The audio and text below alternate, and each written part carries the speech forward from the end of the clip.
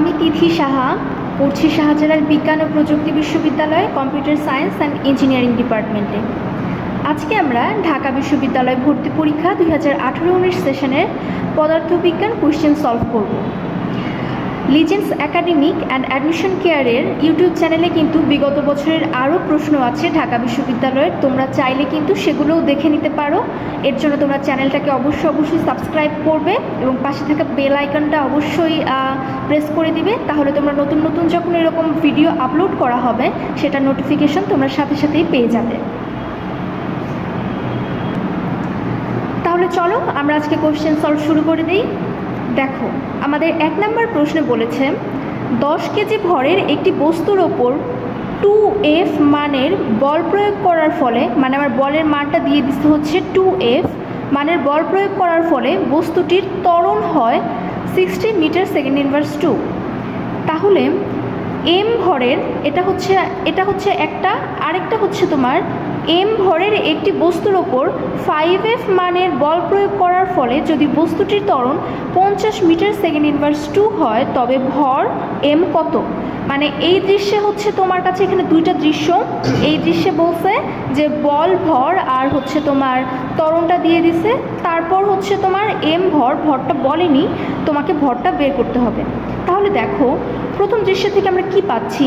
আমরা জানি বল equal to হচ্ছে ভর গুণন ত্বরণ। তাহলে কি বল হচ্ছে আমার 2F ইকুয়াল টু ভর আর ত্বরণ হচ্ছে 60। তাহলে এখান থেকে আমরা যদি F বের করি তাহলে কত পাই? দেখো, এখান থেকে আমরা F বের করলে F এর ভ্যালু পাই হচ্ছে 300 নিউটন। এখন যদি আমরা পরের দৃশ্যে যাই তাহলে আমাকে কি বলছে? বল হচ্ছে 5F, ভর হচ্ছে m, ত্বরণ 50। এবার m ইকুয়াল টু হচ্ছে 5F ভাগ 50। F এর ভ্যালু আমরা পেয়েছি 300 নিউটন। তাহলে কি 5 × 300 ভাগ 50, 5 5 শেষ। তাহলে এখানে হলো আমার 30 কেজি। তাহলে আমার সঠিক উত্তর হচ্ছে অপশন ডি, 30 কেজি। দেখো, আমাদের 2 নম্বর প্রশ্নে বলেছে একটি তাপীয় ইঞ্জিন প্রতিটি চক্রে ধনাত্মক কাজ করে এবং তাপ হারায়, কিন্তু ইঞ্জিনটি কোনো তাপ গ্রহণ করে না। ইঞ্জিনটি তাপগতিবিদ্যার কোন সূত্রকে লঙ্ঘন করে? দেখো, এখানে ইঞ্জিনটি শুধুমাত্র তাপ হারাচ্ছে কিন্তু কোনো তাপ গ্রহণ করছে না। তার মানে অবশ্যই এটা আমরা বুঝতে পারছি তাপগতিবিদ্যার দ্বিতীয় সূত্রকে লঙ্ঘন করে। কারণ কি? আমরা জানি তাপগতিবিদ্যার দ্বিতীয় সূত্র কি বলে? দ্বিতীয় সূত্র বলে হচ্ছে কোনো একটা ইঞ্জিন উৎস থেকে তাপ গ্রহণও করবে, তারপর সে আবার তাপগ্রাহকে গিয়ে তাপটা বর্জনও করবে, দুটোই হবে। কিন্তু যেহেতু এখানে শুধু গ্রহণ করেছে, কোনো তাপ বর্জন করেছে, কোনো তাপ গ্রহণ করেনি, তার মানে এটা অবশ্যই তাপগতিবিদ্যার দ্বিতীয় সূত্রকে লঙ্ঘন করেছে। Answer C. দেখো, আমাদের 3 নম্বর প্রশ্নে কি বলেছে? 3 নম্বর প্রশ্নে বলেছে একটি অ্যালুমিনিয়াম পাত থেকে কেটে চিত্রে প্রদর্শিত একটি বলয়াকার অ্যালুমিনিয়াম রিং তৈরি করা হলো। মানে আমার একটা অ্যালুমিনিয়াম পাত ছিল, সেখান থেকে কেটে একটা হচ্ছে এরকম বলয়াকার অ্যালুমিনিয়াম রিং তৈরি করা হয়েছে। এটি গরম করলে কি ঘটে? অপশন এ, অ্যালুমিনিয়াম বাইরের দিকে বর্ধিত হয় ও ছিদ্র একই আকারের থাকে। আচ্ছা, জিনিসটা কি বলছে দেখো, এখন এই অ্যালুমিনিয়ামের রিংয়ের ওপর যদি আমরা গরম করি বা তাপ প্রয়োগ করি তাহলে কি হবে? তাহলে এই অ্যালুমিনিয়ামটা বাইরের দিকে, এখান থেকে আমরা যদি ছিদ্র দেখি, ছিদ্র থেকে শুরু করে বাইরের দিকে সমানভাবে প্রসারিত হতে থাকবে। তাহলে যদি প্রসারিত হয় তাহলে আমার ক্ষেত্রে ব্যাপারটা কি হচ্ছে? দেখো, অ্যালুমিনিয়াম বাইরের দিকে বর্ধিত ছিদ্র একই আকারে থাকে না, কখনোই না। আমি বলছি যে সবগুলো একদম সমান হারে প্রসারিত হতে থাকবে। মানে প্রথমে ধরো আমার রিংটা ছিল এতটুকু, তারপর যখন আমি এটার মধ্যে গরম করছি তখন আমার কি হয়ে যাচ্ছে? তখন আমার রিংটা ধরো ছিদ্রটা এত বড় হয়ে গেছে, আবার বাইরেরটাও এরকমভাবে প্রসারিত হয়ে গেছে। ব্যাপারটা হচ্ছে এরকম। তাহলে আমার কি হচ্ছে? দেখতেই পাচ্ছ যে বাইরের দিকেও যেমন বর্ধিত হচ্ছে, ছিদ্রের দিক থেকেও ঠিক একইভাবে বর্ধিত হচ্ছে। সো অপশানে কখনোই হবে না। তারপর বিতে বলছে কি ছিদ্রের ব্যাস কমে যায়, কখনোই না। ছিদ্রের ব্যাস হচ্ছে বেড়ে যাচ্ছে তাপ প্রয়োগের ফলে, আমরা দেখছি গরম করার ফলে। অপশান সি, ছিদ্রের ক্ষেত্রফল অ্যালুমিনিয়ামের যে কোনো অংশের ক্ষেত্রফলের সমান অনুপাতে বৃদ্ধি পায়। হ্যাঁ, এটা হবে।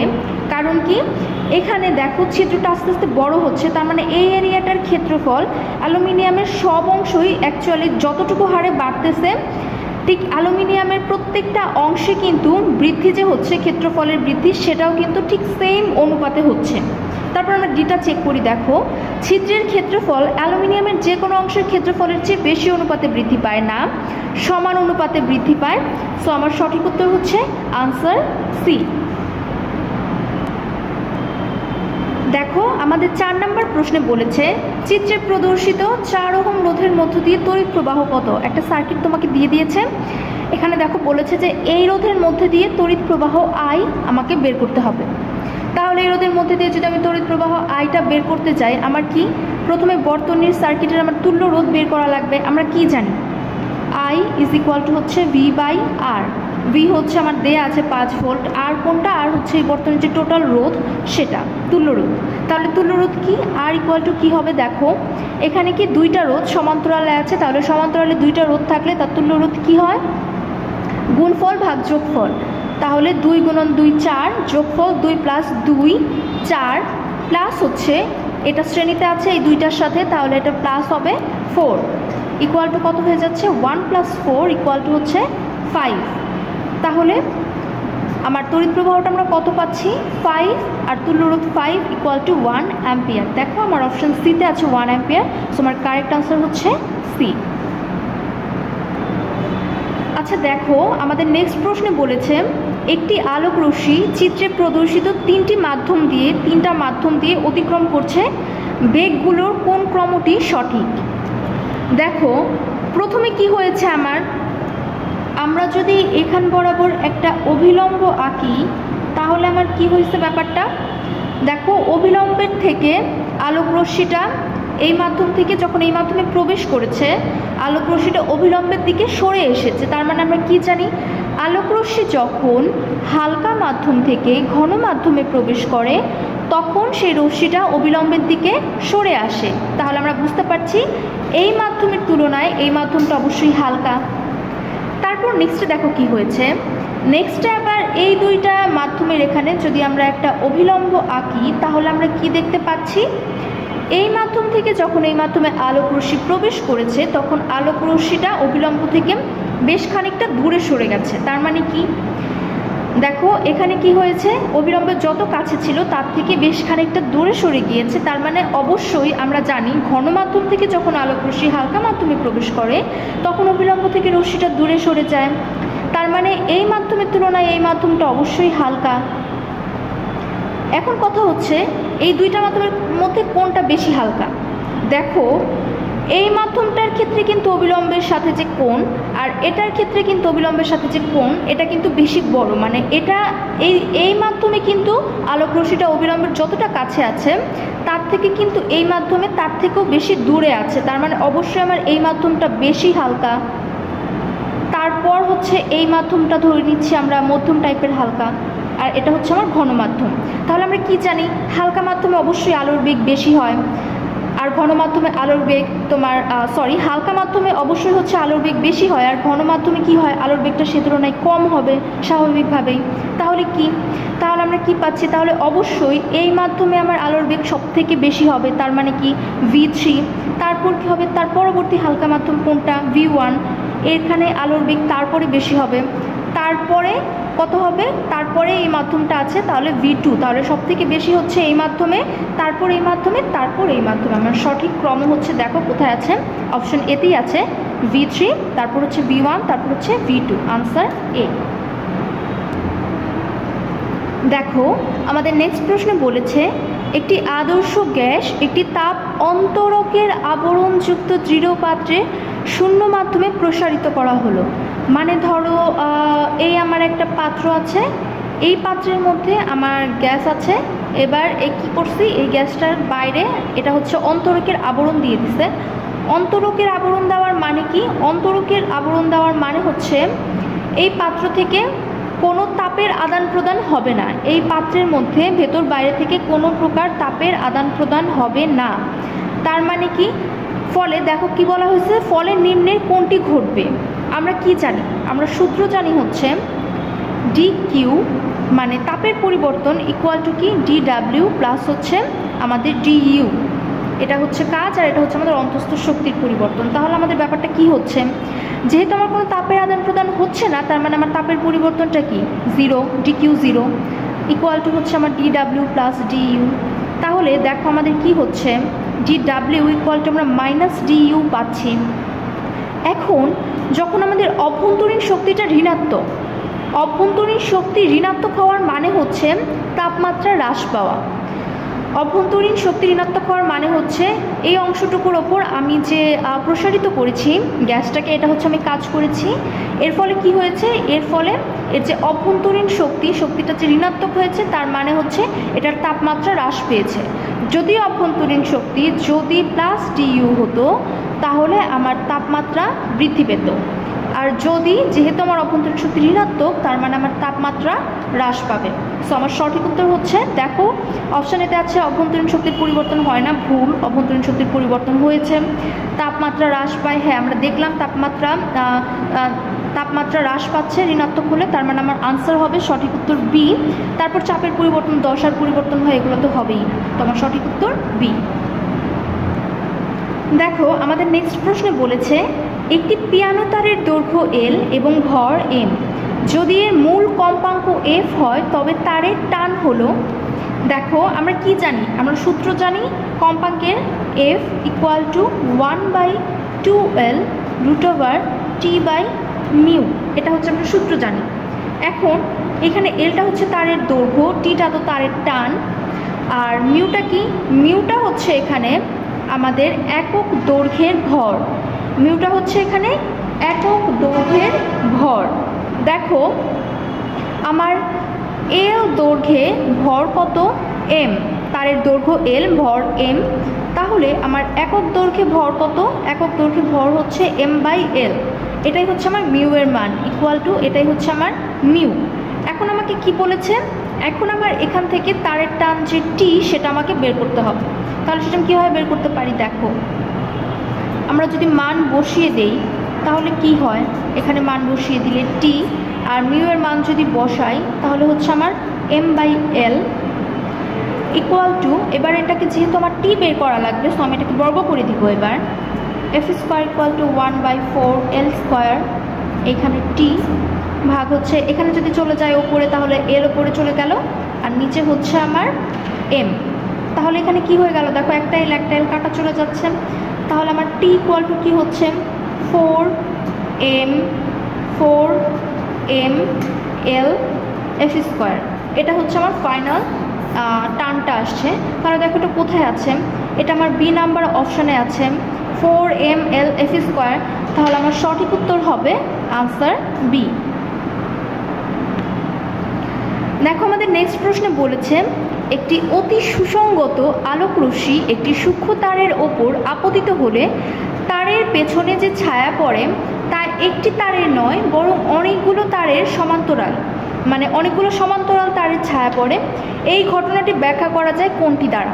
ব্যাপারটা কি, ধরো আমাদের এরকম একটা তার আছে, এখানে আমাদের আলোকরশ্মি পড়লো, পড়ার পর এর পেছনে এই তারের যে ছায়াটা পড়বে সেটা হচ্ছে অনেকগুলো এরকম তারের সমান্তরাল অনেকগুলো তারের ছায়া পড়ছে। তো ঘটনাটা কি, আলোকরশ্মিটা যখন এই তারের উপর পড়ছে আলোকরশ্মিটা এরকম বেঁকে যাচ্ছে, আলোকরশ্মিগুলো দেখা যায় যে এরকম বেঁকে বেঁকে যায়। সো তার ফলে কি হয়, আমরা এরকম সমান্তরাল অনেকগুলো তারের ছায়া দেখতে পাই। এই ঘটনাটা হচ্ছে আলোর অপবর্তন। আমরা অপবর্তনের সংজ্ঞার মধ্যে এই ব্যাপারটা পড়েছিলাম। তাহলে আমাদের সঠিক উত্তর হচ্ছে অপবর্তন। আলোকরশ্মি এখানে আমার প্রতিফলিত হয়ে এভাবে আলোকরশ্মি বেঁকে যায়, সো আমরা কি দেখতে পাচ্ছি, অনেকগুলো সমান্তরাল ছায়া দেখতে পাচ্ছি। ঘটনাটি হচ্ছে অপবর্তনের উদাহরণ। দেখো আমাদের কি বলেছে, আমাদের বলেছে হচ্ছে নেক্সট কোয়েশ্চেনে c/√2 বেগে চলমান, সি কি আলোর বেগ, c/√2 এই বেগে চলমান একটি কণার গতিশক্তি কত? স্থির অবস্থায় কণাটির ভর দেওয়া আছে m0। তাহলে আমরা কি জানি, সূত্র জানি, ইকুয়াল টু হচ্ছে mc², ই হচ্ছে আমার টোটাল শক্তি। তাহলে টোটাল শক্তির মধ্যে কি আছে, আমার গতিশক্তিও আছে, কণার স্থিতিশক্তিও আছে, মানে স্থির অবস্থায় শক্তি আর গতিশীল অবস্থায় শক্তি দুটোই আছে। তাহলে আমার ধরে নিচ্ছি এটা হচ্ছে গতিশক্তি আর এটা হচ্ছে আমার স্থির অবস্থায় শক্তি। ইকুয়াল টু হচ্ছে mc স্কয়ার। আমাকে গতিশক্তি বের করতে বলেছে, তাহলে কি EK equal to mc square minus EP. এবার ইপি মানে কি? ইপি মানে হচ্ছে আমার স্থির অবস্থায় যে শক্তি সেটাই স্থিতিশক্তি। স্থির অবস্থায় তাহলে কি শক্তি কি হবে? স্থির অবস্থায় ভর, এটা হচ্ছে আমার গতিশীল অবস্থায় ভর, এটা হচ্ছে আমার স্থির অবস্থায় ভর কত? m naught C square. তাহলে আমরা যদি বের করি কি হয় দেখো, এখান থেকে আমরা সি স্কয়ার কমন নিলে m নট সি স্কয়ার। আবার আমরা আরেকটা জিনিস জানি না, এম এর ক্ষেত্রে আমরা আবার আরেকটা জিনিস জানি, কি জানি? এম এর সাথে m নটের একটা সম্পর্ক আছে, সেটা কি? m ইজ ইকুয়াল টু হচ্ছে আমার m নট ভাগ √1 মাইনাস ভি স্কয়ার ভাগ হচ্ছে সি স্কয়ার। তাহলে দেখো আমার কি দেওয়া আছে, আমার দেয়া আছে হচ্ছে এই কণাটা c/√2 বেগে চলমান, তাহলে আমার v এর ভ্যালু দেয়া আছে c/√2। তাহলে আমরা যদি v স্কয়ার করি, c/√2 এর স্কয়ার করে দিলে কত হয়? c স্কয়ার ভাগ 2, আর নিচে যাচ্ছে আবার c স্কয়ার, তাহলে c স্কয়ার কাটা চলে যাচ্ছে, এখানে থাকছে কত আমার? Half √1 minus half. এবার 1 এর থেকে হাফ বাদ দিলে তো হাফই থাকে, তাহলে আমার কি হচ্ছে m নট বাই √1/2। তাহলে আমার হয়ে যাচ্ছে কি, ওপরে এই √2টা চলে যাচ্ছে √2 m নট। তাহলে এখানে আমার m এর ভ্যালু কত আসছে দেখো, এখানে আমার m এর ভ্যালু আসছে হচ্ছে √2 m not minus m not, তারপর হচ্ছে c স্কয়ার। এখন দেখো কি হচ্ছে, আমরা যদি এখান থেকে m নট কমন নিই তাহলে আমার কি হলো? √2 minus 1 m not c square. এবার দেখো আমরা কি জানি, √2 ভ্যালু কত? √2 ভ্যালু হচ্ছে 1.414 এটা, তাহলে 1.414 মাইনাস 1 ইকুয়াল টু হচ্ছে 0.414। তাহলে আমার সঠিক উত্তর কত হচ্ছে? 0.414 m নট সি স্কয়ার। দেখো আমার অপশন এতে এই জিনিসটা আছে 0.414 m নট সি স্কয়ার, তো আমার সঠিক উত্তর হচ্ছে অপশন এ। দেখো আমাদের নেক্সট প্রশ্নে বলেছে দুটি সমমানের ভেক্টর একটি বিন্দুতে ক্রিয়াশীল, এদের লব্ধির মান যে কোনো একটি ভেক্টরের মানের সমান, ভেক্টর দুটির মধ্যবর্তী কোণের মান কত? কি বলেছে? দুটি সমমানের ভেক্টর, সো আমরা লব্ধির মান কি জানি? আর ইজ ইকুয়াল টু, আমি যদি দুইটা ধরি, দুইটা ভেক্টর, আর ইকুয়াল টু হচ্ছে আমার, যদি আমরা আর স্কোয়ার করে দিই তাহলে কি হচ্ছে? আর স্কোয়ার ইকুয়াল টু হচ্ছে P square plus Q square plus 2p Q cos alpha. এই পি কিউ আমার দুইটা ভেক্টর, এই ভেক্টরের লব্ধি হচ্ছে আর, মধ্যবর্তী কোণ পি কিউ এর মধ্যবর্তী কোণ আলফা।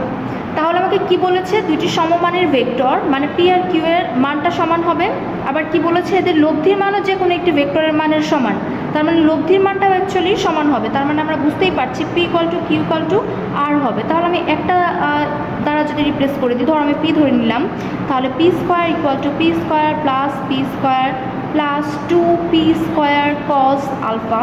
পি স্কোয়ার কেটে দিলাম, আমার কি থাকছে তাহলে? 2p square cos alpha equal to হচ্ছে পি স্কোয়ার। তাহলে এখান থেকে দেখো, এখান থেকে এখানে মাইনাস পি স্কোয়ার হবে, তাহলে এখানে কি হয়ে যাচ্ছে আমার? Cos alpha equal to minus half হয়ে যাচ্ছে। পি স্কোয়ার কেটে দিলে আমরা কি জানি? কজ কত ডিগ্রির ভ্যালু? Minus half. কজ 120 ডিগ্রির ভ্যালু মাইনাস হাফ, তার মানে আমার আলফা ইকুয়াল টু হচ্ছে 120 ডিগ্রি। সঠিক উত্তর অপশন সি। দেখো আমাদের নেক্সট প্রশ্নে বলেছে একটি গাড়ি একটি সোজা রাস্তায় স্থির অবস্থা থেকে ত্বরণের মাধ্যমে যাত্রা শুরু করলো। মানে কি, গাড়িটা সোজা রাস্তায় স্থির অবস্থা থেকে ইউ ইকুয়াল টু 0 অবস্থা থেকে ত্বরণের মাধ্যমে যাত্রা শুরু করলো। যেহেতু তোমাকে সোজা রাস্তা বলে দিয়েছে, তার মানে এটা অবশ্যই সমত্বরণ। ত্বরণের মাধ্যমে যাত্রা শুরু করেছে মানে যেহেতু সোজা রাস্তায় গাড়িটা যাচ্ছে, তার মানে কি এটা গাড়িটা সমত্বরণে যাচ্ছে। কিছু সময় পরে গাড়িটি মন্দনের মাধ্যমে থেমে যায়, এখানেও কি সমমন্দন হয়েছে, সমমন্দনের মাধ্যমে গাড়িটি থেমে গেছে। তারপর কি হয়েছে? গাড়িটি একই পথে একইভাবে যাত্রা করে পূর্ববর্তী স্থানে ফিরে আসে। তারপর নিম্নলিখিত কোন লেখচিত্রটি গাড়ির গতিকে প্রকাশ করে? দেখো তাহলে তোমার ব্যাপারটা কি হয়েছে? আসলে ব্যাপারটা হচ্ছে, ধরো আমার এখানে কি হয়েছে, আমার এখানে বলেছে ধরো এই একটা পয়েন্ট, এই পয়েন্ট থেকে একটা গাড়ির গতি শুরু হয়েছে, ধরো এই পর্যন্ত একটা গাড়ির গতি হলো।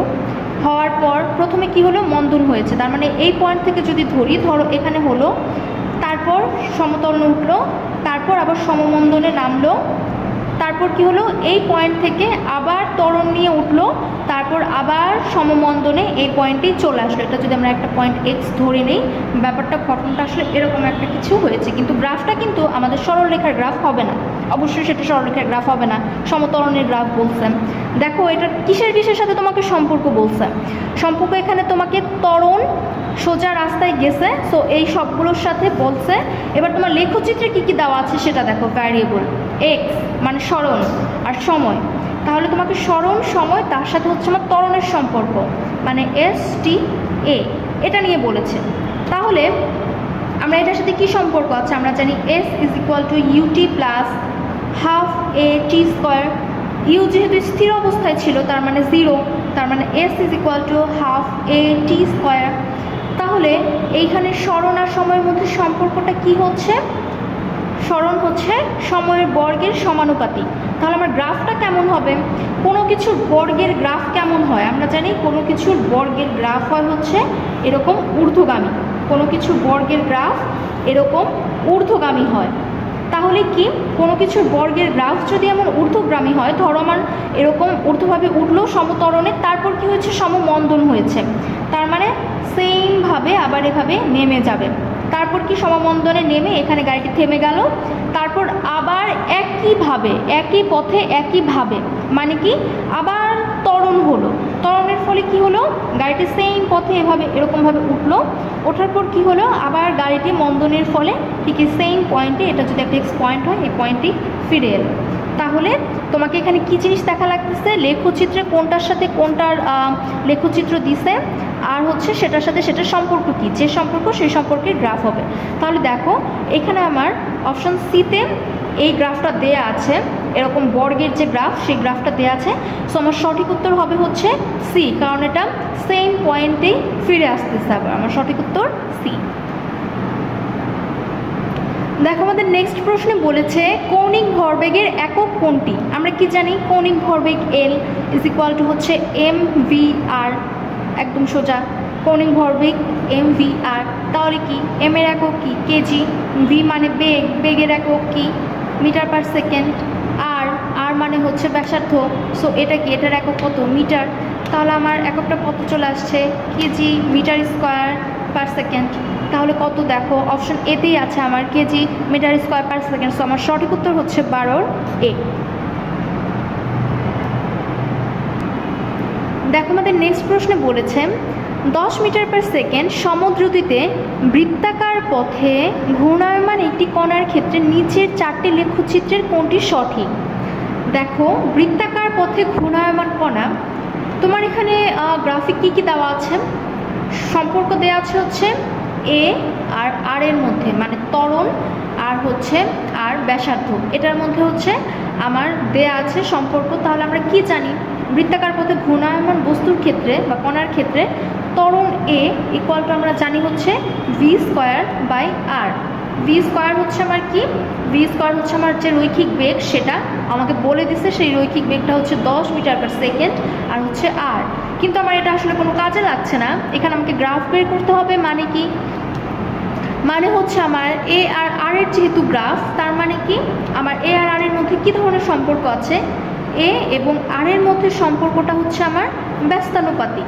এখন আমরা কি জানি, যদি সম্পর্ক ব্যস্তানুপাতিক হয় তাহলে গ্রাফটা কেমন হয়, গ্রাফটা হয় হচ্ছে এরকম, যদি সম্পর্ক ব্যস্তানুপাতিক হয় আমার গ্রাফ হচ্ছে এরকম হয়। তো দেখো আমার ডি নাম্বারে দেওয়া আছে এরকম একটা গ্রাফ, সো আমার সঠিক উত্তর হচ্ছে ডি, যেহেতু এখানে ব্যস্তানুপাতিক আছে সো আমার গ্রাফটা হবে এইরকম।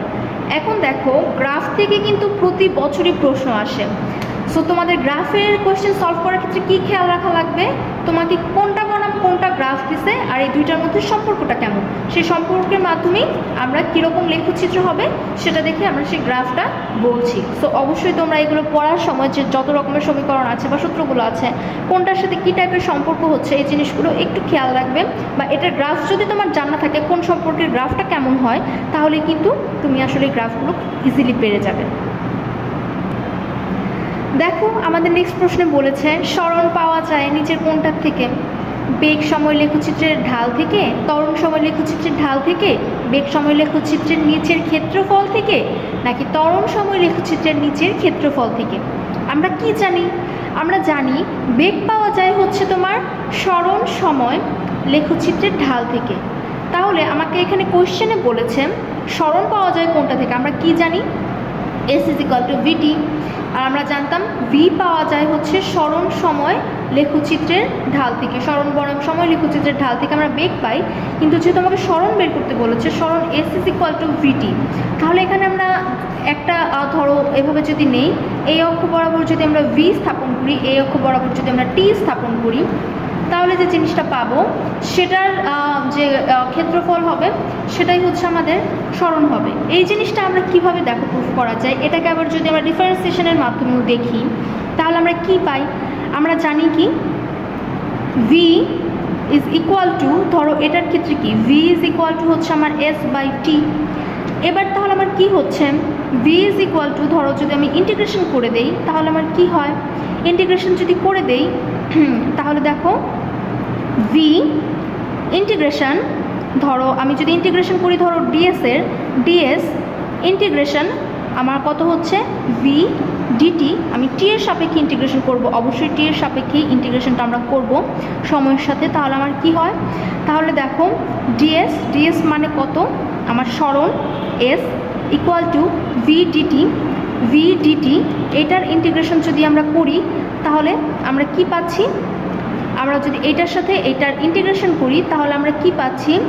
বেগ সময়, এটার ইন্টিগ্রেশন করা মানে কি? এটার ক্ষেত্রফল, বেগের সাথে সময়ের যে ক্ষেত্রফল, লেখচিত্রের ক্ষেত্রফল, ইন্টিগ্রেশন মানে আমরা জানি ক্ষেত্রফল। তাহলে কি V আর যদি T হয়, ক্ষুদ্র ক্ষুদ্র অংশ dt, তাহলে কি এই পুরো অংশের ক্ষেত্রফল কি এটা?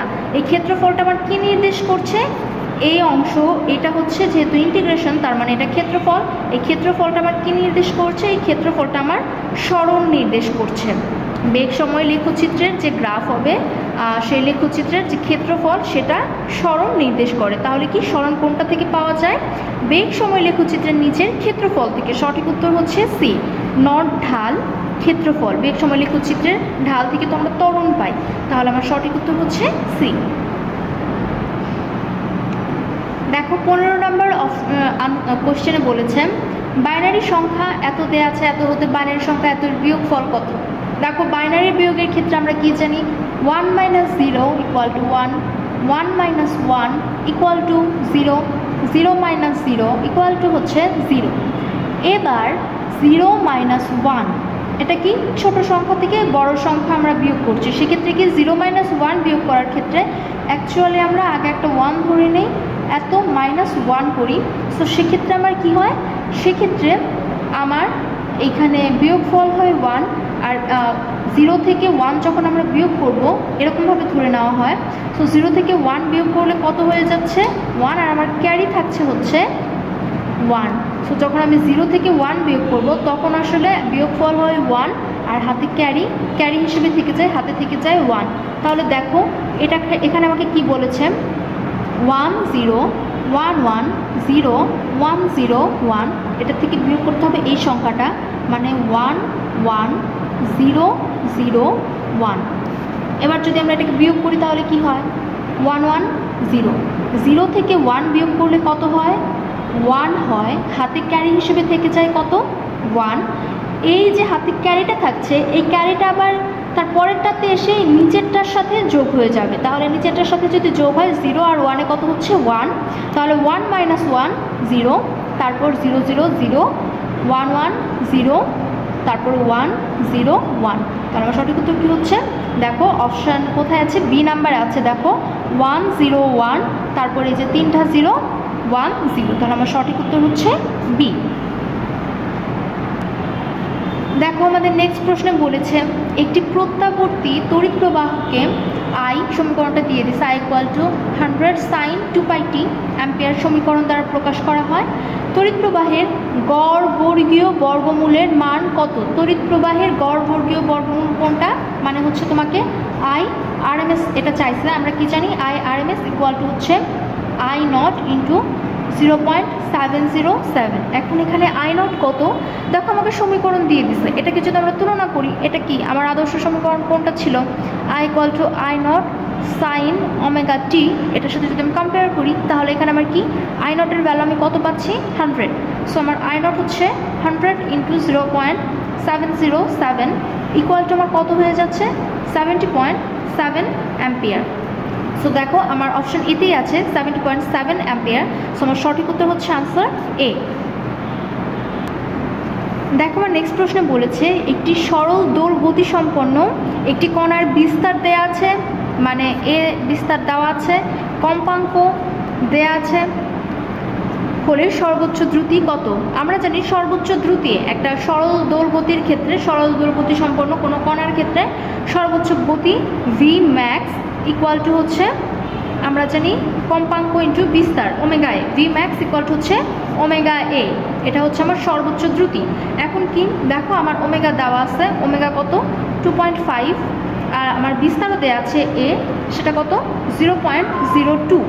তাহলে এটাকে যদি আমরা ক্যালকুলেশন করি তাহলে আমার কত হচ্ছে 2। এখান থেকে যদি আমরা এটার দশমিক উঠাই দিই নিচে চলে আসে 10, এটার দশমিক উঠাই দিলে এখানে চলে আসে 100। সো এটা আমার কত হয়ে যাচ্ছে এখানে 5 আর এখানে হচ্ছে 5। সো আমার উত্তর হচ্ছে 0.05 এত মিটার পার সেকেন্ড। দেখো আমার অপশন এতেই আছে 0.0 মিটার পার সেকেন্ড। সো আমার সঠিক উত্তর হচ্ছে অপশন এ, এটাই আমার সর্বোচ্চ দ্রুতি। দেখো আমাদের নেক্সট প্রশ্নে বলেছে 5 নিউটনের একটি আনুভূমিক বল একটি 0.5 কেজি ভরের আয়তাকার বস্তুকে একটি উলম্ব দেয়ালে ধাক্কা দিচ্ছে। বস্তুটি আদিতে স্থির ছিল, মানে কি ধরো এই হচ্ছে আমার একটা উলম্ব দেয়াল, এই দেয়ালের মধ্যে এই ধরো আমার একটা বস্তু আছে, এই একটা বস্তু, এই বস্তুকে কি করছে এই 5 নিউটনের একটি আনুভূমিক বল, মানে এই 5 নিউটনের একটা আনুভূমিক বল বস্তুটাকে এই উলম্ব যে দেয়াল, খাড়া দেয়াল, এই উলম্ব দেয়ালের উপর ধাক্কা দিচ্ছে। এখন বস্তুর ভর দেয়া আছে, তার মানে কি বস্তুর একটা ওজন আছে, আমরা জানি সব বস্তুর একটা ওজন আছে, ওজনটাকে ডাব্লিউ, যেটা খাড়া নিচের দিকে কাজ করবে।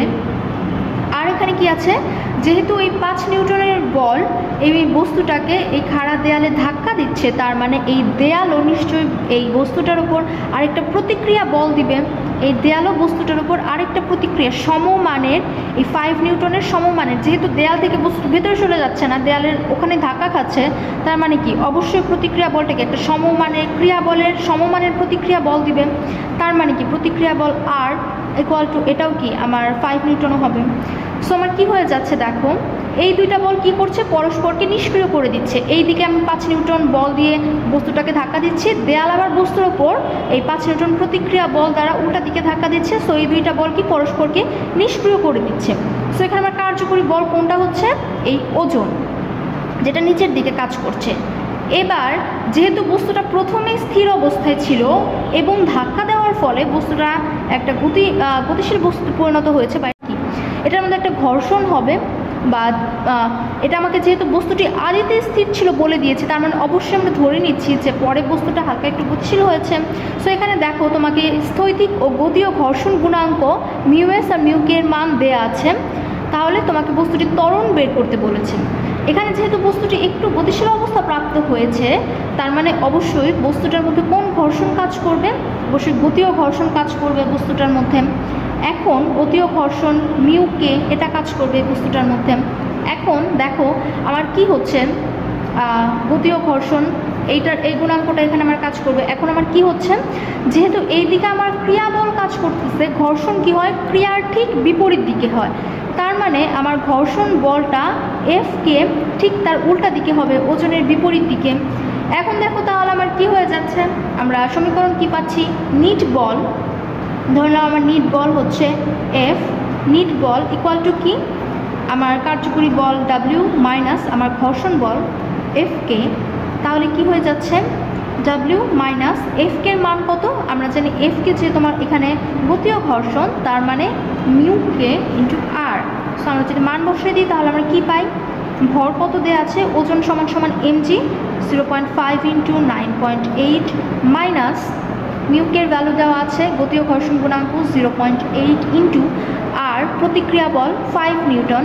সো 5, তাহলে এটাকে যদি আমরা করে দিই তাহলে কি হয় দেখো, 5 ইন্টু 9.98 ভাগ হচ্ছে 10 ইন্টু 10, যদি আমরা এটাকে করি তাহলে এখানে 2, এবার এটাকে কাটলে হয় হচ্ছে 49, তো এখানে আসে আমার 4.9, 10 দ্বারা ভাগ করলে মাইনাস হচ্ছে 8 ইন্টু 5 ভাগ 10 যদি করি তাহলে এখানে 2, 4, সো আমার অ্যাকচুয়ালি রেজাল্ট আসছে হচ্ছে 4.9 মাইনাস হচ্ছে 4, এটা হচ্ছে আমার নিট বল বা টোটাল যে এফ সেটা হচ্ছে আমার নিট বল, সেটা হচ্ছে 4.9 মাইনাস 4 বিয়োগ করলে হয় হচ্ছে 0.9। এখন আমাকে কিন্তু বল বের করতে বলেনি, আমাকে বলেছে কি বস্তুটির ত্বরণ কত। ত্বরণ মানে কি আমরা জানি F is equal to M A, তাহলে এ ইকুয়াল টু কী হবে এফ বাই এম, তাহলে আমার এফ কত 0.9 আর এম কত দেয়া আছে 0.5, সো 9/5, সো 9/5 করলে আমার রেজাল্ট কত আসে 1.8 আসে। তাহলে আমার দেখো আমার সঠিক উত্তর হচ্ছে আনসার এ নাম্বারে 1.8 দেওয়া আছে, তো আমার উত্তর হচ্ছে এ। দেখো আমাদের নেক্সট প্রশ্নে বলেছে একটি তারের ভেতর দিয়ে সাইনোসয়েডাল তরঙ্গ প্রবাহিত হলে তারের কণার সর্বোচ্চ দ্রুতি, মানে কি একটা তারের ভেতর দিয়ে সাইনোসয়েডাল তরঙ্গ মানে যে সাইন তরঙ্গ প্রবাহিত হচ্ছে হলে কি বলেছে একটা কণা, ধরো এই একটা কণা, এই কণার সর্বোচ্চ দ্রুতি মানে হচ্ছে আমরা কি জানি কোনো একটা কণার সর্বোচ্চ দ্রুতি কি হয় vs, আমরা ইকুয়াল টু জানি হচ্ছে ওমেগা এ, vs মানে এখানে v ম্যাক্স সর্বোচ্চ দ্রুতি ইকুয়াল টু হচ্ছে ওমেগা এ। এবার বলছে তারের একটি কণার সরণ সর্বোচ্চ সরণের অর্ধেক হলে ওই কণার দ্রুতি হলো, ধরো এটা হচ্ছে তারের একটা কণা, এই কণার সর্বোচ্চ সরণ আমরা জানি কি সর্বোচ্চ সরণ x ইকুয়াল টু হচ্ছে আমার কত, সর্বোচ্চ সরণ x যদি হয় তাহলে আমার সর্বোচ্চ সরণ হচ্ছে বিস্তারের সমান হয়, বিস্তারের সমান যদি সরণ হয় সেটা হচ্ছে আমার সর্বোচ্চ সরণ। এবার বলেছে কণাটির সরণ সর্বোচ্চ সরণের অর্ধেক হলে, মানে কণাটির সরণ x সর্বোচ্চ সরণ বিস্তারের অর্ধেক a/2 হলে ওই কণার দ্রুতি কত। এখন আমরা কি জানি দ্রুতি বা বেগ v ইজ ইকুয়াল টু আমরা কি জানি omega root over a square minus x square, তাহলে কি omega root over a square minus X, আমার সরণ কত ছিল যদি আমরা স্কোয়ার করে দিই a স্কোয়ার বাই 4 চলে আসছে, তার মানে কি এটাকে যদি আমরা রুটের বাইরে a স্কোয়ার কমন নিয়ে বার করে দিই তাহলে আমার এখানে ওমেগা a পেয়ে যাচ্ছি আর ভেতরে পেয়ে যাচ্ছি 1 minus 1/4 equal to omega a root over, এখানে আমরা কত পেয়ে যাচ্ছি 3/4। সো দেখো আবার আমরা ওমেগা ই মানে এখানে কি দেখে এসেছি ওমেগা ই মানে এ মানে হচ্ছে আমার ভি ম্যাক্স, যেটা আমার কোশ্চেনে বলা আছে সর্বোচ্চ দ্রুতি ভিএস, সো এই ওমেগা এর বদলে আমরা ভিএস বসিয়ে দিতে পারি।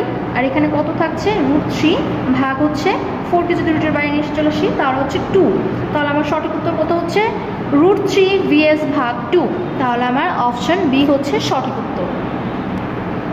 দেখো আমাদের নেক্সট প্রশ্নে বলেছে একটি নিউক্লিয়াস একটি নিউট্রন গ্রহণ করে একটি বিটা কণা নিঃসরণ করে ও দুটি আলফা কণায় পরিণত হয়। আদি নিউক্লিয়াসের এ এবং জেড যথাক্রমে ছিল এ কি আমরা এ জানি, ধরো কোনো একটা পরমাণু যদি হয় আমার এক্স, আর তাহলে এ হচ্ছে আমার ভর সংখ্যা আর জেড হচ্ছে আমার পারমাণবিক সংখ্যা, এ ভর সংখ্যা জেড হচ্ছে আমার পারমাণবিক সংখ্যা। এখন কি বলছে এই নিউক্লিয়াস একটি নিউট্রন গ্রহণ করে, নিউট্রন মানে কি নিউট্রনের আমরা ইয়াটা কি জানি নিউট্রন হচ্ছে আমার এখানে 1 হচ্ছে আমার ভর সংখ্যা হবে আর নিউট্রনের যেহেতু কোনো প্রোটন সংখ্যা চার্জ নেই সো এটা 0, এটা থেকে কি হয়ে যাচ্ছে একটা বিটা কণা, বিটা কণার ক্ষেত্রে আমরা এটা কি জানি বিটা কণা হচ্ছে এখানে 0 -1 প্লাস হচ্ছে দুটি আলফা কণা, আলফা কণা হচ্ছে আমার হিলিয়াম নিউক্লিয়াস হিলিয়াম 2+ নিউক্লিয়াস, তো 4 2 এখানে কত দুইটা আলফা কণা যেহেতু তার মানে এখানে আগে একটা 2 আসবে। তাহলে দেখো কি হচ্ছে আমরা কি জানি কোনো বিক্রিয়ার ক্ষেত্রে উভয় পাশে এই যে পরমাণু যে উভয় পাশে যেগুলো আছে সেগুলোর মধ্যে ভর সংখ্যা এবং আমার যে টোটাল ভর সংখ্যা এবং টোটাল পারমাণবিক সংখ্যা দুই পাশে সেটা সমান হবে, মানে এই পাশে টোটাল ভর সংখ্যা আর এই পাশে টোটাল ভর সংখ্যা সমান হবে, এই পাশে টোটাল পারমাণবিক সংখ্যা এই পাশে টোটাল পারমাণবিক সংখ্যার সমান হবে। তাহলে দেখো আমার এই পাশে টোটাল ভর সংখ্যা কত আছে, এখানে হচ্ছে এটা তো 0ই আর এটা হচ্ছে 4 সাথে আছে কত 2টা, তার মানে আমার টোটাল ভর সংখ্যা হচ্ছে 8 আর প্রোটন সংখ্যা পারমাণবিক সংখ্যা কত এখানে 2 2 গুণে 4, তাহলে এই পাশে আমার কত চলে আসছে তাহলে দেখো এই পাশে আমার কত হচ্ছে, আমার টোটাল ভর সংখ্যা যেহেতু 8 আর এই পাশে কত আছে, এইখানে নিউট্রনের জন্য হচ্ছে 1, তাহলে আমার এ কত হবে 8 - 1 ইকুয়াল টু হচ্ছে আমার, আর আমার জেড তাহলে কত হচ্ছে, জেড ইকুয়াল টু হচ্ছে, দেখো যদি নিউট্রনের ক্ষেত্রে কোনো পারমাণবিক সংখ্যা নাই 0, সো আমার জেড কত হচ্ছে, আমার জেড হয়ে যাচ্ছে এইখানে কত, দেখো দেখো তাহলে আমাদের এখানে জেড কত হবে। এখানে একটা জিনিস দেখো, আমরা আলফা কণার ক্ষেত্রে হিলিয়াম 2+ এর ক্ষেত্রে এটা হচ্ছে আমার যেহেতু পারমাণবিক সংখ্যা কত ছিল 4, আর এইখানে আমার যে বিটা কণা, সেই বিটা কণার ক্ষেত্রে এখানে কিন্তু আমার -1 আছে, তো এই পাশের আমার টোটাল পারমাণবিক সংখ্যাটা কত হচ্ছে 4 - 1 ইকুয়াল টু হচ্ছে আমার 3। এই পাশের টোটাল পারমাণবিক সংখ্যা কিন্তু এটার থেকে -1 করতে হবে, তার মধ্যে দুইটা যোগ, সো 4 এর সাথে আমরা -1 যোগ করলে কত 3 পাই, সো 3। আর এই পাশের ক্ষেত্রে কি তাহলে সেম হবে, এই পাশের ক্ষেত্রে কিন্তু যেহেতু 0 আছে, সো আমার 3 - 0 ইকুয়াল টু কি, অ্যাকচুয়ালি আমার জেটের ভ্যালুটা 3 হচ্ছে, সো আমার এ আর জেটের ভ্যালু কত 7 3। দেখো আমার অপশন সিতে আছে 7 3, সো আমার সঠিক উত্তর হচ্ছে সি। দেখো আমার নেক্সট প্রশ্নে বলেছে ই মানের একটি চার্জ, মানে চার্জের মান দেওয়া আছে ই মানের একটি চার্জ আর ব্যাসার্ধের একটি বৃত্তাকার পথে ভি দ্রুতিতে ঘুরছে, বৃত্তের কেন্দ্রে চৌম্বক ক্ষেত্রের মান কত। আমরা জানি কোনো কণা যদি বৃত্তাকার পথে ঘুরে বা সেটার ক্ষেত্রে কি হয়, সেটার ক্ষেত্রে চৌম্বক ক্ষেত্রের যে সূত্রটা আমরা জানি, বৃত্তাকার পথের ক্ষেত্রে চৌম্বক ক্ষেত্রের সূত্র ভি ইকুয়াল টু μ0 N/2R। এনটা এখানে কি ঘূর্ণন সংখ্যা, কতবার ঘুরতেছে সেটা, আয়ততড়িৎ প্রবাহ আর ব্যাসার্ধ। এখন আমরা ধরে নিচ্ছি n = 1, মানে ধরে নিলাম যে বৃত্তাকার পথে এই চার্জটা একবার ঘুরছে, n = আমরা 1 ধরে নিলাম, কারণ দেখো কোশ্চেনে কিন্তু আমার কোনো মান দেয়া নাই, সো আমি n = 1 আমার এখানে ধরে নিতে হবে। তাহলে আমার কি হয়ে যাচ্ছে μ0 I/2R। কোশ্চেনে কিন্তু আমার আয়ও বলে দেওয়া নাই। এখন দেখো আমরা কি জানি, I = আমরা কি জানি, তড়িৎ প্রবাহ ইকুয়াল টু হচ্ছে চার্জ বাই সময় Q/T। এখন আমি আবার চার্জ বাই, তাহলে আমার চার্জ দেওয়া আছে হচ্ছে E, তাহলে এখানে কত হয়ে যাচ্ছে E/T। এখন আমার ইকুয়েশনে কিন্তু T এর কোনো রাশিও নেই, তাহলে কি T আবার ইকুয়াল টু আমরা কি জানি, আমরা কি জানি S = VT, তার মানে কি T = S/V, এটা আমরা জানি। এখন দেখো আমার এস কত, যেহেতু এটা বৃত্তাকার পথে ঘুরছে আর বৃত্তাকার পথে একবার ঘুরছে, তার মানে কি এসটা কি হবে, বৃত্তাকার পথে ঘুরছে, এখানে চলে আসলো, তার মানে কি এস হচ্ছে আমার একবার ঘুরতে কি পরিধি সমান দূরত্ব অতিক্রম করছে, সো পরিধি কি হবে বৃত্তের 2πr, ঠিক আছে। আর ভি তো তোমাকে বলেই দিয়েছে ভি বেগে ঘুরছে, সো এটা হচ্ছে ভি। তাহলে এখানে যদি আমরা এই মানটা বসিয়ে দেই আয়ের জায়গায়, তাহলে আমরা কত পাচ্ছি ই, এখানে নিচে যদি এত বসাই দিই তাহলে ওপরে ভি চলে যাচ্ছে, ভাগ হচ্ছে 2πr হচ্ছে। এখন দেখো এখানে যদি আমরা এই চৌম্বক ক্ষেত্রের এখানে যদি বসাই তাহলে আমার কত হচ্ছে μ0 আয়ের ভ্যালু কত EV ভাগ হচ্ছে 2πr, আর নিচে চলে যাচ্ছে কত 2r, মানে আসলে কি হচ্ছে আমার μ0 EV ভাগ হচ্ছে, এটা তো নিচে চলে আসবে, তাহলে কত হয়ে যাচ্ছে 2 × 4 πr²। দেখো আমার কোন অপশনে এটা আছে, μ0 EV 4πr², আমার অপশন এতেই এই উত্তরটা আছে, তার মানে আমার সঠিক উত্তর হচ্ছে অপশন এ। দেখো আমার নেক্সট প্রশ্নে বলেছে যদি তড়িৎ ক্ষেত্রের প্রাবল্য +x অক্ষ, মানে x অক্ষের ধনাত্মক দিক বরাবর ক্রিয়া করে এবং এর মান E = দেয়া আছে, প্রাবল্যের মান E = cx² হয়, যেখানে c একটি ধ্রুবক, তবে তড়িৎ বিভব কত। আমরা জানি কি, আমরা সূত্র জানি যে প্রাবল্য E = -dv/dr, এই সূত্রটা আমরা জানি, বিভব আর এটা হচ্ছে আমার দূরত্ব, সো dv/dr। এখানে এখন দেখো কি হবে, যেহেতু এখানে আমার ধনাত্মক x অক্ষ বরাবর ক্রিয়া করতেছে, সো আমি r এর বদলে এখানে x লিখতে পারি dv/dx। এখন দেখো এটাকে যদি আমি ইন্টিগ্রেশন করি তাহলে কি হয় edx, এই অংশটাকে যদি আমি ইন্টিগ্রেশন করি, এটা বাদ, এই অংশটুকুকে যদি আমি ইন্টিগ্রেশন করি তাহলে আমার কি হয়ে যাচ্ছে ইন্টিগ্রেশন edx =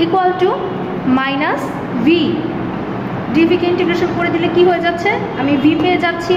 তাহলে আমার এরপর কি হচ্ছে দেখো, এরপর আমার ই এর মান দেয়া আছে হচ্ছে সি এক্স স্কোয়ার, তাহলে integration of C X square DX equal to হচ্ছে মাইনাস বি, বা এটার ইন্টিগ্রেশন করলে কি হয়, যেহেতু সি ধ্রুবক তার মানে সি ইন্টু এক্স কিউব আর ভাগ নিচে হচ্ছে আমার 3 চলে আসবে ইকুয়াল টু মাইনাস ভি, বা ভি ইজ ইকুয়াল টু আমার কত হয়ে যাচ্ছে মাইনাস সি এক্স কিউব ভাগ 3।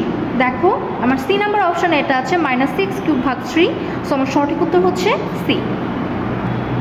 দেখো আমার নেক্সট প্রশ্নে বলেছে হাইড্রোজেন পরমাণুর প্রথম বোর কক্ষে ইলেকট্রনের মোট শক্তি -13.6 ইলেকট্রন ভোল্ট, তৃতীয় বোর কক্ষে মোট শক্তি কত? আমরা জানি কোন একটা নির্দিষ্ট শক্তি স্তরে ইলেকট্রনের শক্তি equal to 2 pi square M Z square, 2 pi square M Z square E to the power 4 ভাগ হচ্ছে এন স্কোয়ার এইচ স্কোয়ার। এখন তোমাকে একটা শক্তি দেয়া আছে, আরেকটা কক্ষপথের শক্তি বের করা লাগবে। তাহলে কি তোমার কাছে কী কী দেওয়া আছে, শক্তি দেওয়া আছে, আর কক্ষপথের কোন নাম্বার কক্ষপথ, এটা হচ্ছে প্রথম আর এটা হচ্ছে তৃতীয়। তার মানে কি এখানে এন হচ্ছে আমার কক্ষপথের সংখ্যা, মানে কোন কক্ষপথ সেটা নির্দেশ করতেছে, আর কি শক্তি, তার মানে কি এই দুইটার মধ্যে তোমার সম্পর্কটা দেখা লাগবে। এই দুইটার মধ্যে সম্পর্ক স্থাপনের মাধ্যমেই আমরা কি এটা বের করতে পারবো। তাহলে এটার সাথে সম্পর্কটা কি, ই হচ্ছে আমার এন স্কোয়ারের ব্যস্তানুপাতিক, ই ব্যস্তানুপাতিক হচ্ছে এই এন স্কোয়ার 1/n স্কোয়ারের ব্যস্তানুপাতিক। তাহলে কি আমরা কি পাচ্ছি, তাহলে E1/E2 ইকুয়াল টু যেহেতু ব্যস্তানুপাতিকের সম্পর্ক, তাহলে আমার কি হচ্ছে এখানে ওপরে হবে n2 স্কোয়ার আর নিচে হচ্ছে n1 স্কোয়ার। তাহলে দেখো আমরা E1 এর ভ্যালু আমার কত দেওয়া ছিল -13.6 ভাগ হচ্ছে E2 ইকুয়াল টু হচ্ছে আমার n2 কত, তৃতীয় কক্ষপথ, তার মানে কি n হচ্ছে 3, n স্কোয়ার মানে 9, n1 কত, প্রথম শক্তি স্তর, তার মানে কি 1 স্কোয়ার মানে 1। তাহলে আমার অ্যাকচুয়ালি E2 কত হয়ে যাচ্ছে, E2 ইকুয়াল টু হচ্ছে আমার -13.6 ভাগ 9। এখন দেখো এইখানে তোমার যে অপশনগুলো দিছে কোশ্চেনে, এটা যদি আমরা ভাগ করতে চাই, হ্যাঁ এটা আমরা দশমিক উঠাই দিয়ে নিচে 10 দিয়েও করতে পারি, কিন্তু আরেকটা জিনিস দেখো এখানে একদম ইজি, যখন তুমি ক্যালকুলেশন করবে তখন অপশনগুলোর দিকে অবশ্যই তাকাবে।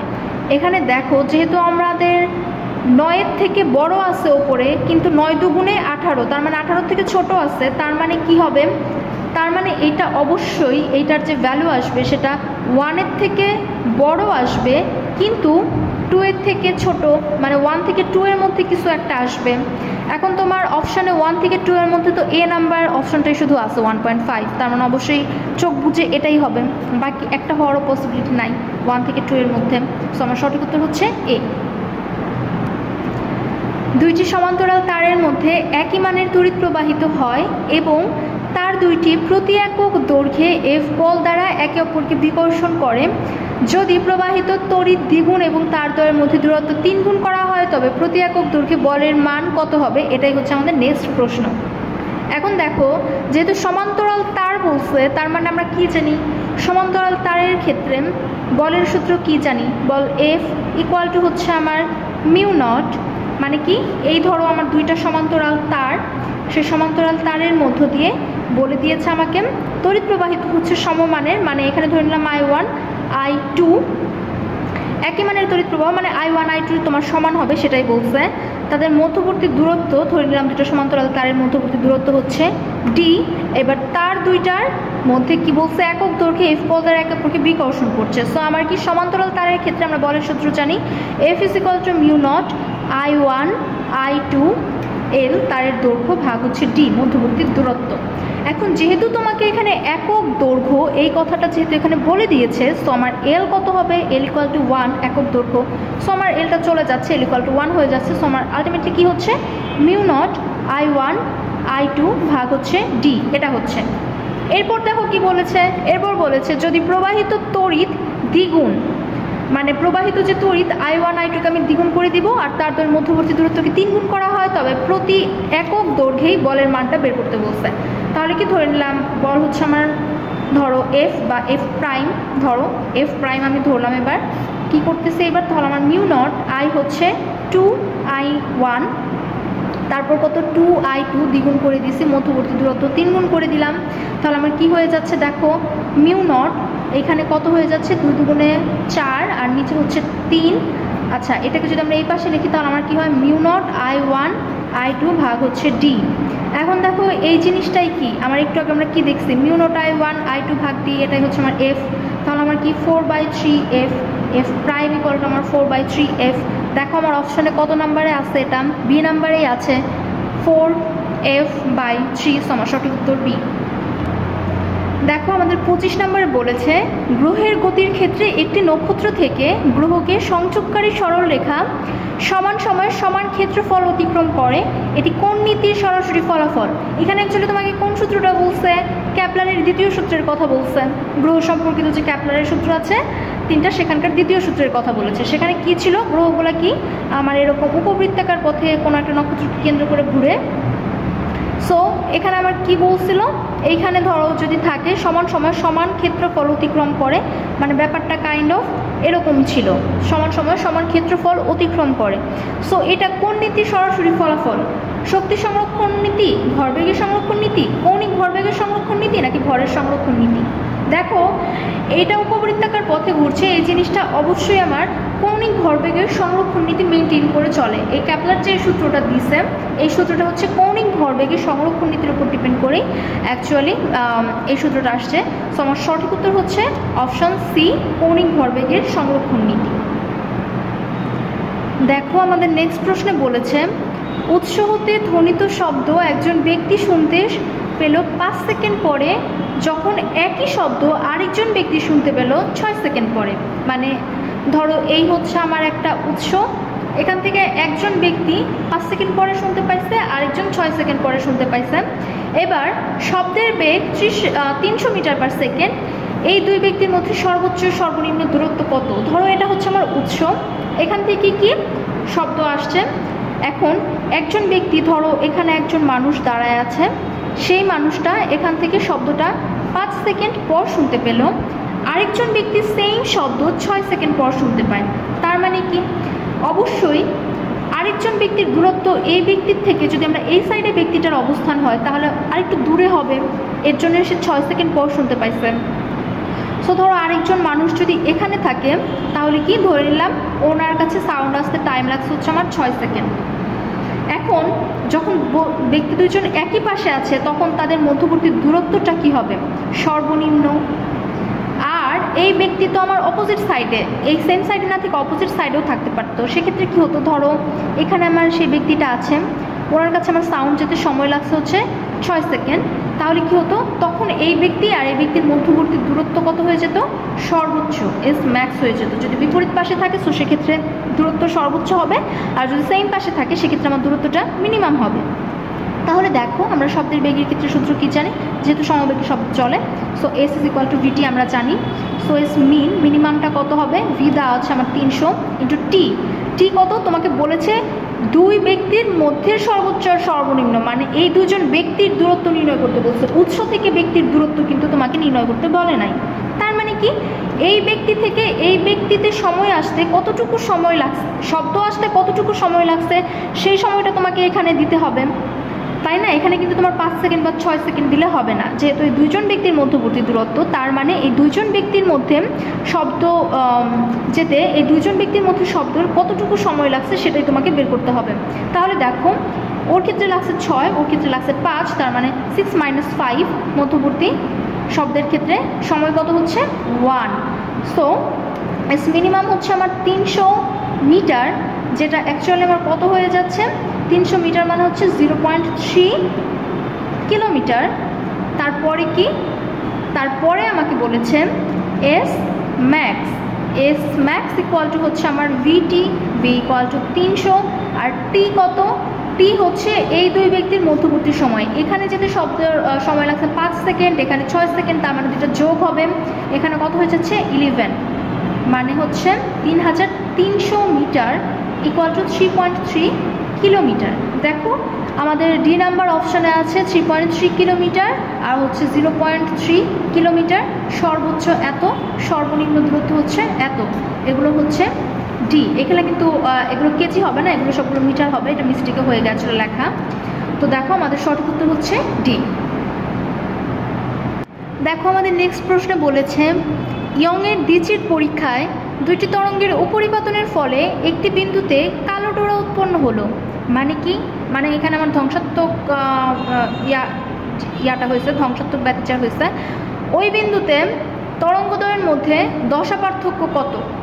এখন আমরা কি জানি ধ্বংসাত্মক ব্যতিচারের ক্ষেত্রে ইয়ং দ্বিচির পরীক্ষায় আমরা কি জানি যে ওয়াই সমীকরণ যদি আমরা দেই তরঙ্গের ক্ষেত্রে, সেক্ষেত্রে আমরা কি জানি Y is equal to 2a cos pi x by lambda sin 2 pi by lambda into vt plus x by 2, এটা আমরা জানি তরঙ্গের সমীকরণ।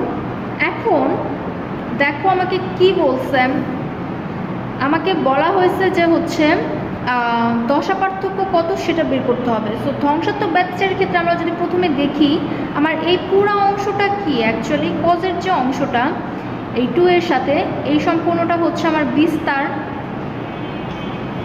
এই সম্পূর্ণটা হচ্ছে আমার বিস্তার এ। এখন আমরা কি জানি কালো ডোরা বা ধ্বংসাত্মকের ক্ষেত্রে কি হয়, বিস্তারটা শূন্য হতে হয়, মানে a ইজ ইকুয়াল টু 0 হতে হবে ধ্বংসাত্মকের ক্ষেত্রে। So a is equal two যদি 0 হয় তার মানে কি 2a cos pi x by lambda equal to 0, তার মানে 2a কত এখানে এই সাইডে চলে গেলে 0 হয়ে যাচ্ছে। So cos pi x by lambda equal to 0, তার মানে আমরা কি জানি cos কত ডিগ্রির ভ্যালু 0, cos 90 ডিগ্রির ভ্যালু পাই বাই 2 এর ভ্যালু হচ্ছে 0। আমরা জানি cos 90 ডিগ্রির ভ্যালু 0, অর্থাৎ 90 ডিগ্রির যত রকমের বিজোড় গুণিতক আছে এই সবগুলোর ভ্যালুই হচ্ছে 0। cos 90 ডিগ্রির যতগুলো বিজোড় গুণিতক আছে, 90 ডিগ্রির যত বিজোড় গুণিতক সেই সবগুলোর cos এর মান হচ্ছে 0। এখন দেখো তোমাকে প্রশ্নে আসলে দশা পার্থক্য বের করতে বলছে, কিন্তু এখানে কি আসলে আমার এত কিছু দশা পার্থক্যর মধ্যে দেখো কোথায় আমার এই পাই বাই 2 এর বিজোড় গুণিতক আছে। দেখো অপশন সিতে পাই বাই 2 এর বিজোড় গুণিতক আছে, এখানে কিন্তু পাই বাই 2 এর সাথে আমার 1 আছে। সো আমরা নিঃসন্দেহে বলতে পারি আমার সঠিক উত্তর হবে সি। বাদ বাকি একটাতেও দেখো এখানে পাই বাই 4, এখানে শুধু পাই, এখানে 0, তাহলে কি এই কোনোটাই না, পাই বাই 2 এর বিজোড় গুণিতক শুধুমাত্র সি নাম্বার অপশনেই আছে। সো আমার দশা পার্থক্য হচ্ছে আনসার সি। দেখো আমাদের 28 নম্বর প্রশ্নে কি বলেছে, বলেছে যে শূন্য মাধ্যমে প্রবহমান একটি সমতল তরঙ্গমুখের তড়িৎচুম্বকীয় তরঙ্গের বিদ্যুৎ ও চৌম্বক ক্ষেত্রের মান ই বাই বি এর মান এসআই এককে কোনটা সেটা এখানে তোমাকে বলতে হবে। আমরা কি জানি, আমরা জানি ই ইজ ইকুয়াল টু বা ই ইজ ইকুয়াল টু আমরা জানি হচ্ছে বিসি, মানে চৌম্বক ক্ষেত্রের যে প্রাবল্য সেটা ইকুয়াল টু হচ্ছে তড়িৎ ক্ষেত্রের যে প্রাবল্য সেটা ইকুয়াল টু হচ্ছে আমার এই চৌম্বক ক্ষেত্র আর হচ্ছে সি। তাহলে কি তড়িৎ চৌম্বকীয় তরঙ্গের বিদ্যুৎ ও চৌম্বক ক্ষেত্র, তাহলে কি E by B equal to আমার কি হয়ে যাচ্ছে সি। তাহলে এসআই এককে এটা কোনটা হবে, শূন্য মাধ্যমে আলোর বেগ, সি হচ্ছে আলোর বেগ। সো ই বাই বি হচ্ছে ইকুয়াল টু আলোর বেগ সি। সো আমার সঠিক উত্তর হচ্ছে আনসার সি। দেখো আমাদের নেক্সট প্রশ্নে বলেছে তিনটি ভেক্টর এ বি সি যাদের মান যথাক্রমে 4, 3, 5 যোগ করলে 0 হয়, অর্থাৎ তিনটা ভেক্টর যোগ করলে 0 পাচ্ছি। তার মানে তিনটাকে যদি আমরা একটা ত্রিভুজ দিয়ে রিপ্রেজেন্ট করি, ধরো এ বি সি, মানে এটা যদি এ বি সি হয় তার মানে ভেক্টরগুলো একদিকে যাচ্ছে। এক্ষেত্রে কি আমার ভেক্টর তিনটার যে যোগফল বা লব্ধিটা আমার 0 হয়ে যাচ্ছে।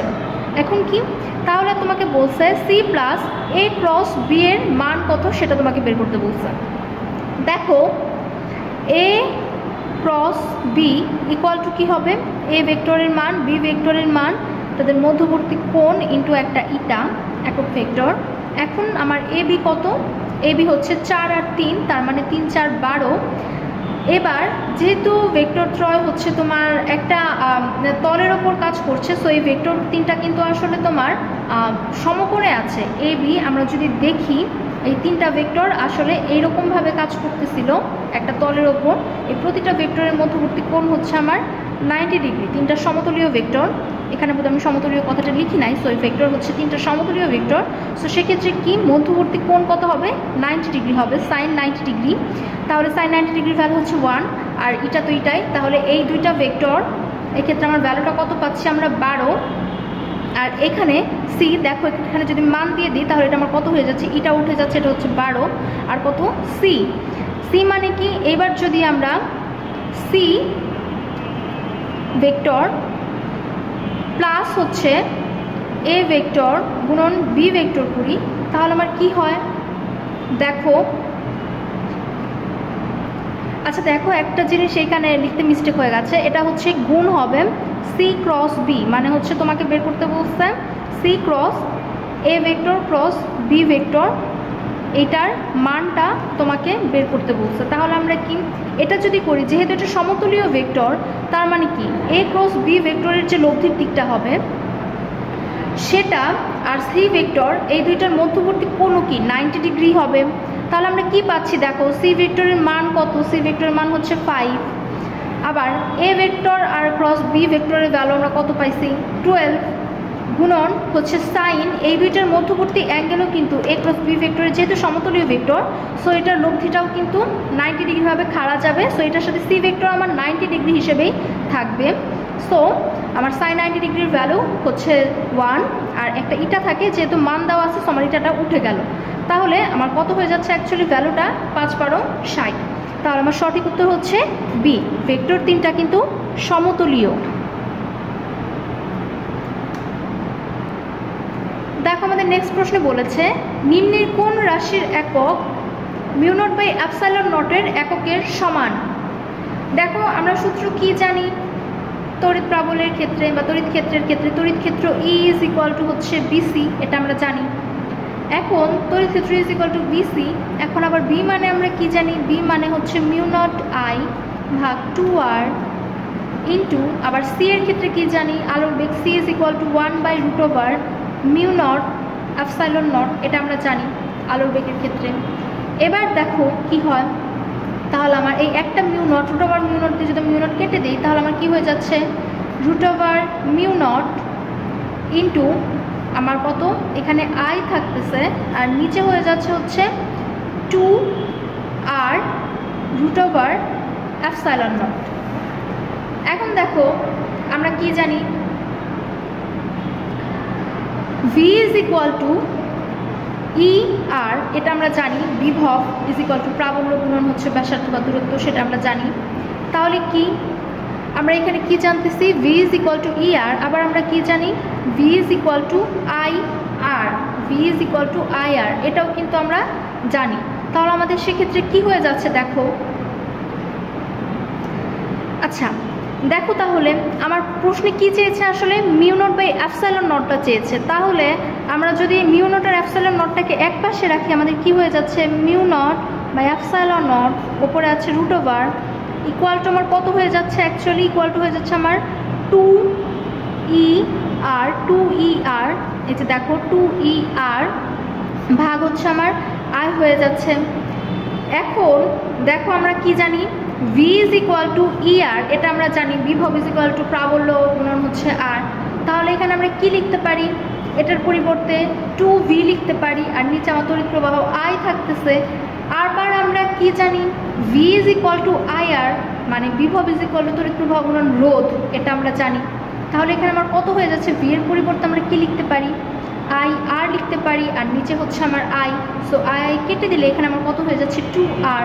তার মানে আমার √μ0 ভাগ হচ্ছে ε0 ইকুয়াল টু হচ্ছে 2R। এখন আমাকে কি, এটাকে যদি আমি বর্গ করে দিই তাহলে আমার কি হয়ে যাচ্ছে μ0 ভাগ ε0 ইকুয়াল টু, তাহলে আমার কি হয়ে যাচ্ছে, এটা বর্গ করে দিলে μ0/ε0 ইকুয়াল টু হচ্ছে আমার 4r²। তাহলে দেখো 4 তো ধ্রুবক, তাহলে এই রাশির এককটা কি, অ্যাকচুয়ালি আমার r এর যে একক সেটার বর্গ হবে। তার মানে কি নিম্নের কোন রাশির একক μ0/ε0 এর এককের সমান, সঠিক উত্তর হচ্ছে রোধ স্কয়ার, r², রোধ স্কয়ারের এককের সমান হবে। তো এই ছিল হচ্ছে আমাদের ঢাকা বিশ্ববিদ্যালয় 2018-19 সেশনের ফিজিক্স কোয়েশ্চেন সলভ। আশা করি তোমরা সব কিছু ভালো মতো বুঝতে পেরেছো। আর যেহেতু তোমাদের ক্যালকুলেটর নেই, তার মানে কিন্তু তোমাদের সব ক্যালকুলেশনই ঢাকা ইউনিভার্সিটি ভর্তি পরীক্ষার ক্ষেত্রে হাতে করতে হবে। আর ক্যালকুলেশনগুলো আসলে খুব সহজই থাকে, ওরকম কঠিন কিছু থাকে না। তুমি যত বেশি প্র্যাকটিস করবে তত বেশি কিন্তু তোমার এই ক্যালকুলেশনে তুমি ফাস্ট হবে। সো ক্যালকুলেশনে ফাস্ট হওয়ার জন্য, নিজের স্কিলটাকে আরও বাড়ানোর জন্য, বেসিকটাকে পাকাপোক্ত করার জন্য, বেসিকটাকে অ্যাপ্লাই করার জন্য কিন্তু কোয়েশ্চেন সলভ মডেল টেস্টের বিকল্প কিছু নেই। তো তোমরা বেশি বেশি বিভিন্ন বিগত বছরের ভার্সিটির কোয়েশ্চেন বা অন্যান্য যে কোয়েশ্চেনগুলো আছে সেগুলো সলভ করতে থাকো, বেশি বেশি মডেল টেস্ট দিতে থাকো। আর আমাদের লিজেন্ডস একাডেমিক অ্যান্ড অ্যাডমিশন কেয়ারের ইউটিউব চ্যানেলে কিন্তু বিগত বছরের বেশ কয়েকটা বছরের প্রশ্নের সমাধান দেয়া আছে, তোমরা চাইলে কিন্তু সেই প্রশ্নের সমাধানগুলো দেখে নিতে পারো। তাহলে সবাই ভালো থাকো, সুস্থ থাকো।